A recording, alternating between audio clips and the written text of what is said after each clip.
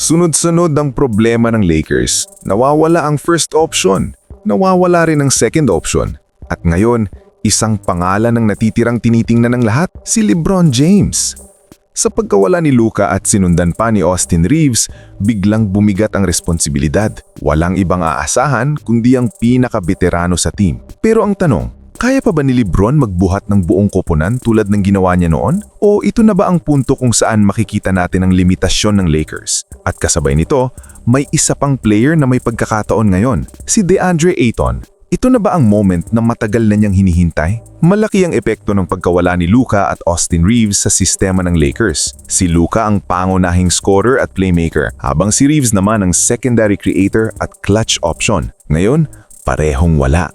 Ibig sabihin, babalik ang bola sa kamay ni LeBron halos bawat possession. Mas mataas ang usage, mas mabigat ang minutos at mas malaki ang pressure. Hindi lang scoring ang kailangan, pati playmaking, leadership at tempo control. Ito yung sitwasyon na parang bumabalik tayo sa mga taon kung saan si LeBron lang ang sentro ng offense. Pero iba na ang sitwasyon ngayon.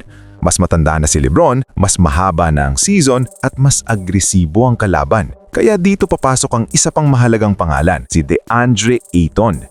Ito ang pagkakataon ng matagal na niyang hinihintay. Madalas niyang sinasabi na gusto niya ng mas malaking role, mas maraming touches at mas malaking involvement sa offense. Ngayon, wala na ang dalawang pangunahing option. Automatic na tataas ang touches niya sa ilalim. Kung magiging consistent si Ayton, malaking tulong ito kay LeBron. Pwedeng gumana ang inside-out game. Kapag dinomina ni Ayton ng paint, mapipilitang mag-adjust ang depensa. Doon magkakaroon ng mas maluwag na lane si LeBron para umatake. Hindi lang scoring ang usapan, pati rebounding at rim protection. Kailangan ni Ayton maging physical sa bawat laban. Hindi pwedeng passive.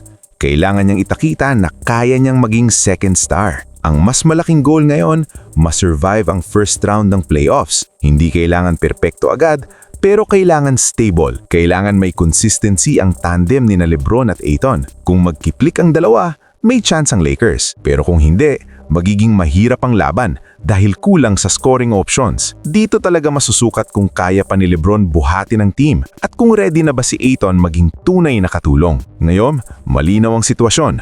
Nawawala ang dalawang pangunahing option at ang responsibilidad ay nasa kamay ni LeBron James at DeAndre Ayton. Ito ang pagkakataon para patunayan ni LeBron na kaya pa niyang bumuhat at para kay Ayton na ipakita na kaya niyang maging second star. Pero kayo, ano sa tingin ninyo? Kaya pa ba ni LeBron buhatin ang Lakers?